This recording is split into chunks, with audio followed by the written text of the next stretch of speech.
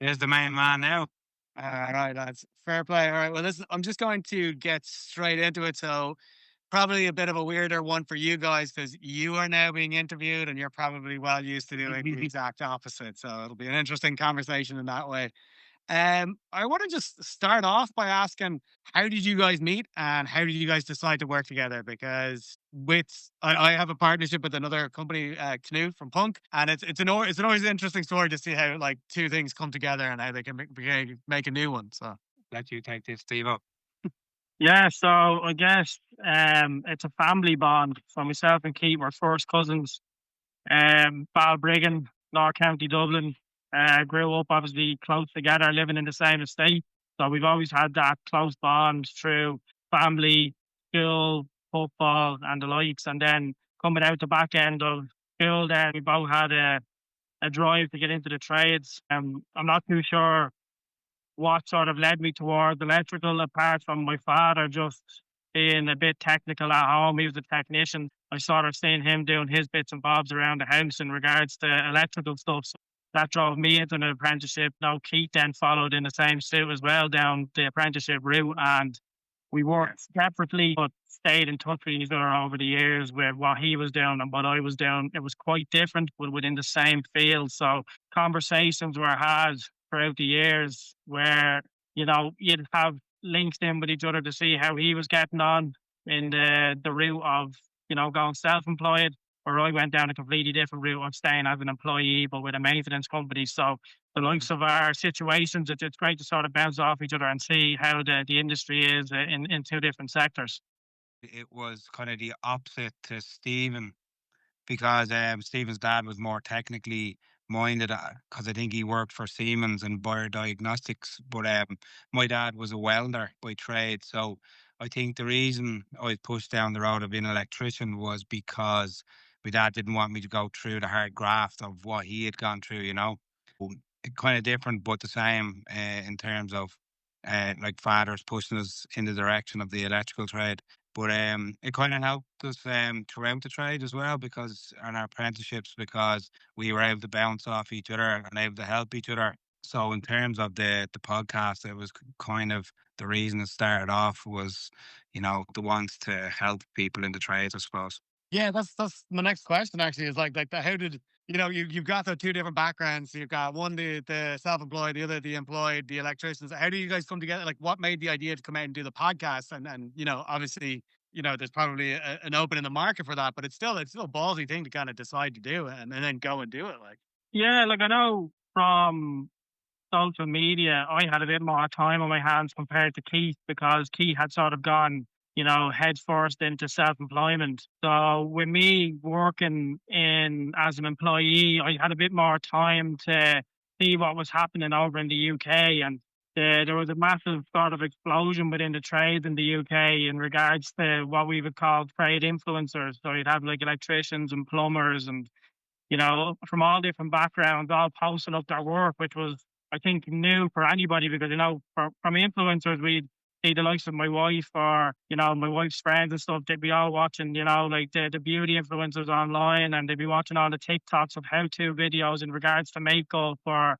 get ready with me and getting dressed and stuff like that. And I was thinking, is it just something missing within the Irish market right now in regards to the trade industry that is just not being utilised to try and not just promote the trades, but the whole conversation around it at the time coming into the end of 2023 was the wait times on apprenticeships. And there was a bit of scaremongering as well about like how long it takes to start your apprenticeship and finish your apprenticeship. And, with the influx of AI coming on and people being afraid of losing their jobs. And I done a stint out in Kildare in a semiconductor facility out there that was constantly doing rotations of people losing their jobs with manual and maintenance labour. I was thinking this is the time now to get a bit of promotion going for the trade industry. And what better way to do it than, you sit down during your lunch hour, you sit down or you even stand at the trade counter in your wholesalers and next minute you look and it's 40 minutes have passed and you could be talking to, a colleague or, a sales rep about what's happening within the industry. And you're thinking, geez, that's a podcast in itself. And that's a promotion within itself, but it's not being produced or being given out to the people that need to hear it. And by, us sitting down and having a bit of conversation, which is, most of the time it's layman's terms conversations. Nobody's sitting down and talking about the ins and outs and, the scientific aspect of the industry. It's the nitty gritty, the day to day. And I think that's what people relate to more with it. I think that's how it initially started as well for us, Stephen. In fairness, it was a phone call on a Friday afternoon, and I was think I was in the middle of a podcast doing a fuse board.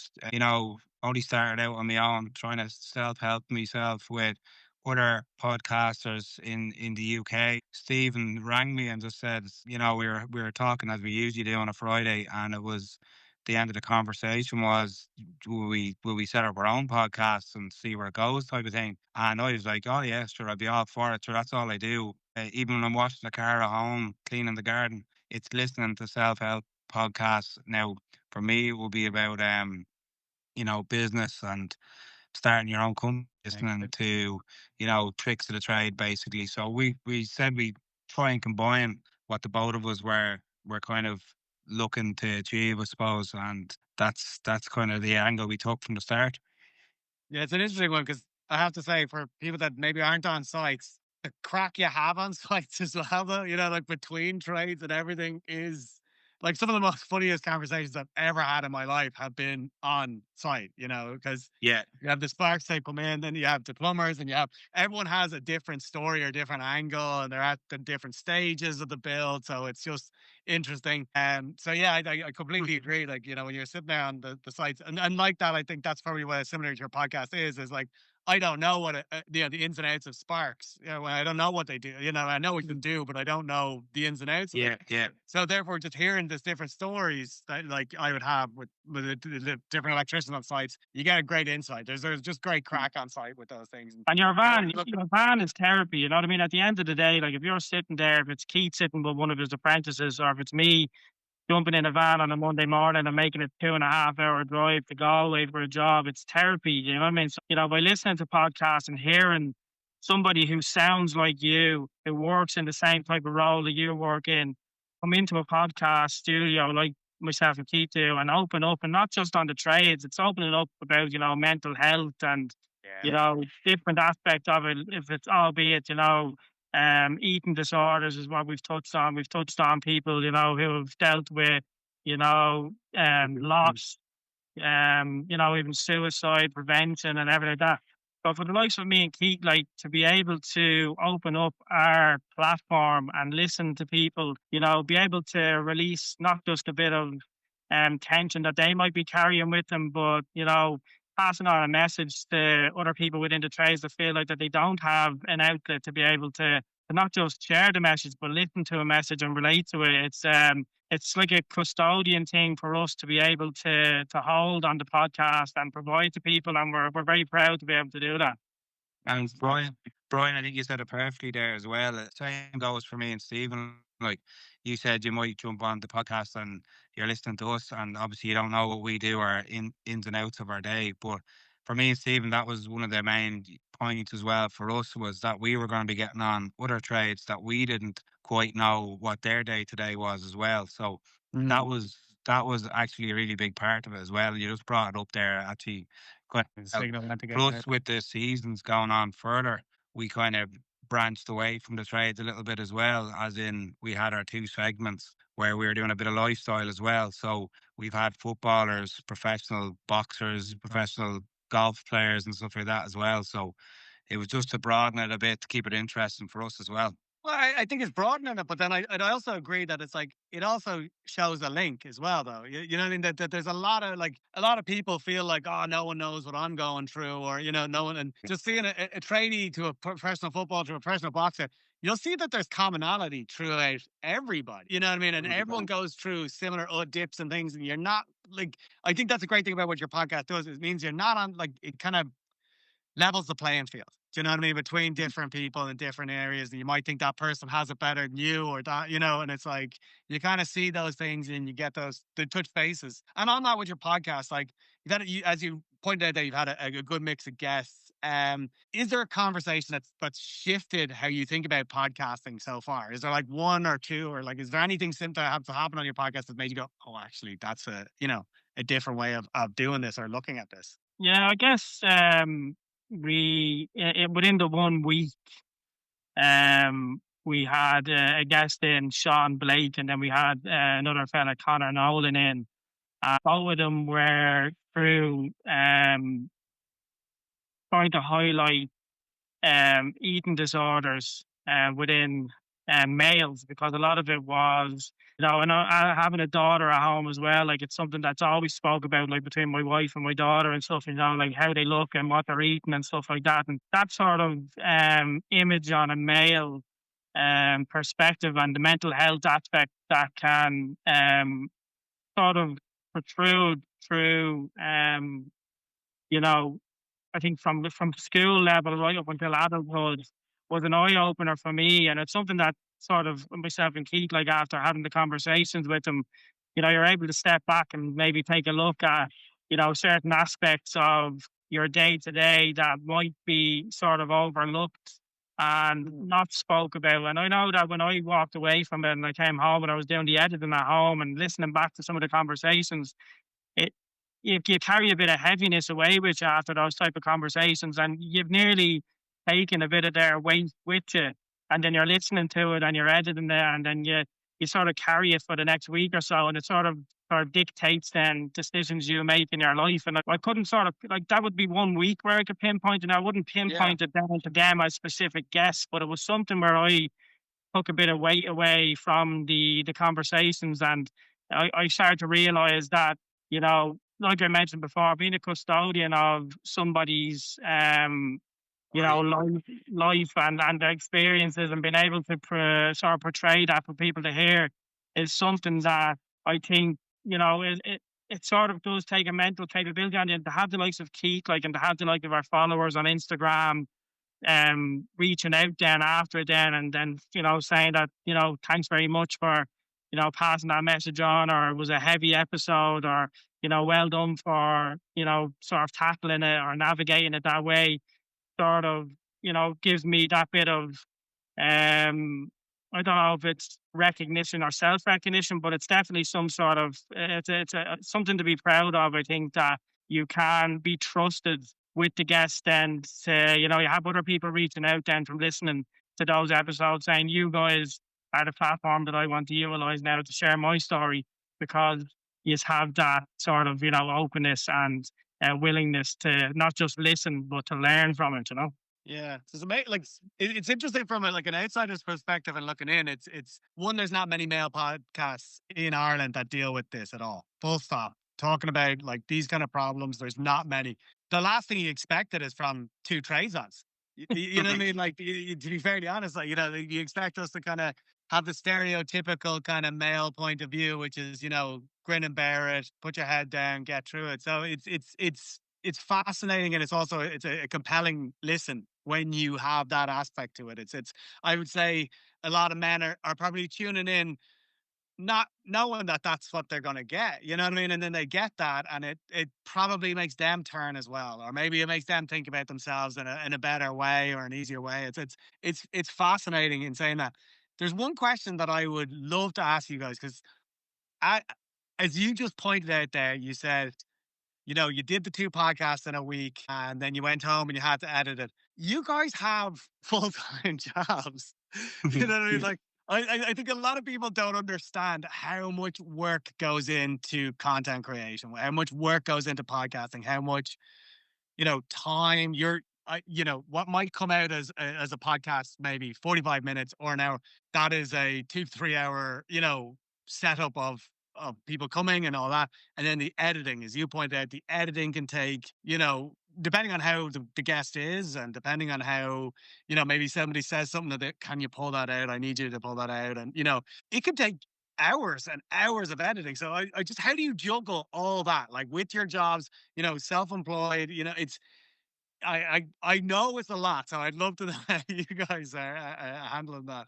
Well, I can't really say, Stephen's laughing because I can't really lay claim to any of the editing myself. But What I will say is I really do appreciate what Stephen does because, as you can see from our socials, there's lots of stuff in the interviews that you might not grab straight away.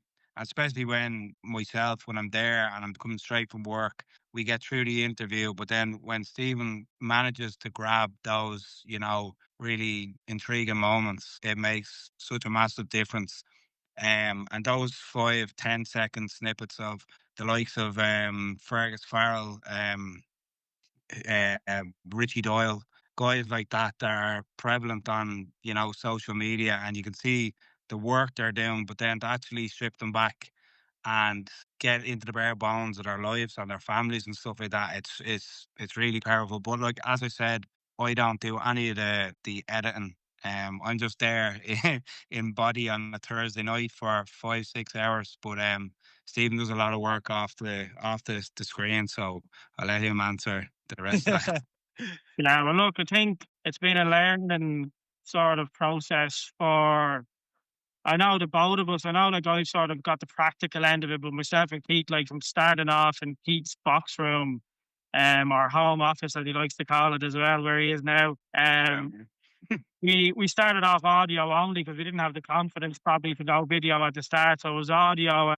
I started to learn then the little tricks of how to, cut and split audio episodes, which was now seems to be so easy compared to video. But it's something that I found as I progressed with the podcasting and the editing aspect of it, that I think it was probably a calling that I probably could have went down that type of route after school, but I didn't know I could have, because I didn't know that that type of industry would have been available to me. But the love that I have for the editing aspect of it and the production aspect of it, and linking it into social media and getting the clips out there and trying to, like Keith mentioned, sort of highlight that 60 seconds to try and grab somebody's attention is like it's like a bit of dopamine for me.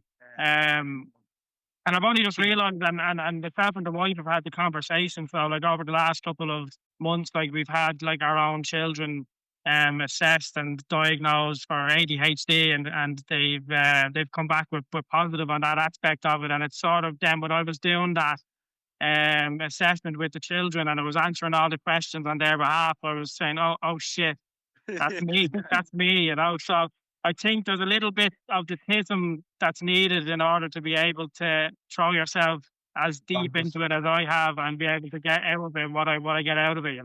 That's amazing. Yeah, it's real interesting to hear that. The next thing I want to get on to, you guys, is I want to talk about the Trade Awards. I want to know what it is, where it's about, and really get into that just for yeah, we nail that question down. So what is it? Tell us all about it. Well, we thought about it for a long time, and over the last 2 years, Stephen, we've been like privileged to be invited over to the UK to a couple of trade events and a well-known trade show that's on YouTube over there. And what we noticed when we were over there was that the recognition that the different trades have for each other, and I suppose the industry has for it was really prevalent to see when we were over there. And all we ever said when we came back from the UK or anything that we've done with people in the UK is that we've got nothing like that here. Like there's, people are very tight-lipped here. No one wants to, heap a bit of praise. Nobody wants to take a bit of praise. So while we had our time off, Stephen, obviously, congratulations, had a baby there recently. So we took a couple of weeks off, and you look tired actually, yeah. Well, while we had the couple of weeks off, we usually only take about 4 weeks, but I think we've had 6 this time around.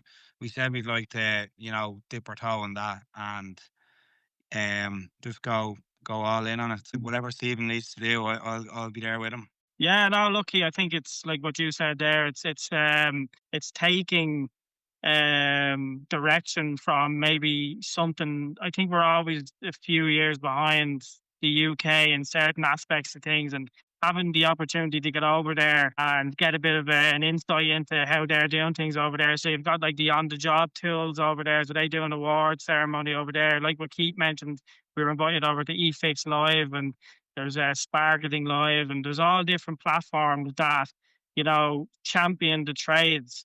And myself and Keith are electricians, but we've opened ourselves up to everybody. So we're inviting to all different aspects of the trades through, different types of crafts. If it's tiling, we've said even to Keith there, like plumbers and electricians are like enemies of each other on social media. Like we're not taking the piss out of each other, but we want to, like we mentioned with the name of the podcast, strip it back. And with that, I think it's a matter of trying to get everybody that's a part of our community and our platform to come together at the end of the year and, like Keith mentioned there, celebrate each other. So the platform, or the way that we're doing it, is, and through the link in our bio that's on our Instagram page, any, trade related person or family of a trade related member could go onto that link if they've had work done in their house, or if they've seen work that people are doing on social media, and they can nominate a person within a category now, and it's been open for the last month. So you've got electrician, you've got plumber, you've got HVAC, you've got carpenter and fitter, and then there's craftsperson, apprentice, right down to contractor, and even local wholesaler. Now we've gone with 10 awards just on the basis of that we didn't realize, or we didn't know how quick or how well it would be received after the announcement. So we didn't want to sort of bite off too much that we couldn't chew within a short period of time, but we wanted to get it out before the end of this year. So the main thing was to hit the main points, the main trades, open up a craftsperson opportunity. And to be honest with you, seeing the reaction coming in, seeing the nominations flowing in, and seeing the want for the awards has sort of humbled myself and Keith in a way that has, really sort of opened our eyes up to what it potentially could be going forward beyond 2025. So what we're hoping for is to get sponsors like Design Source. We've had Robus, Fusebox, LED Group, we've had Richard Doyle, Bespoke, Workshops, Snickers, Hopefors Group, Solid Workwear, Skolmore Group. Hope I'm not missing anybody else here. Keith Hager, Ireland. So these are big names that have jumped on board and not just backed myself and Keith, but they've backed the podcast, they've backed the award ceremony and the trades and the industry. And I think it's amazing. And we just want to put a massive thank you out to everybody who has, just said yes to us on social media. And at the end of the day, people don't have to do this. They don't have to, try and, put somebody else's platform up on a pedestal or to allow them to try and, reap any reward from it. But at the end of the day, like what Keith mentioned there, it's not something that we're going to gain from it. It's something that the trade industry in a whole is going to sort of benefit from. And hopefully and potentially, it can eventually become an in-person event then in years to come. Hopefully next year, if possible, if we get a bit more backing behind it, I think it's absolutely needed, lads. There's so much, respect that is needed to be brought to the trades that is not there currently. And I think what you're doing is definitely bringing everybody into that understanding that it's like, this is legitimately a highly, highly skilled job, what people are doing. And the somewhat of the normal public kind of don't understand what gets involved. And I think it's a great idea. I think the idea of having a trade awards is absolutely I've been a part of design awards, but I've never gotten, anything for making or fitting or installing, you know what I mean? Which is in a lot of parts is equally, if not harder at times than, other parts of it. It's a different thing altogether, equally respected. So I think in fairness, lads, I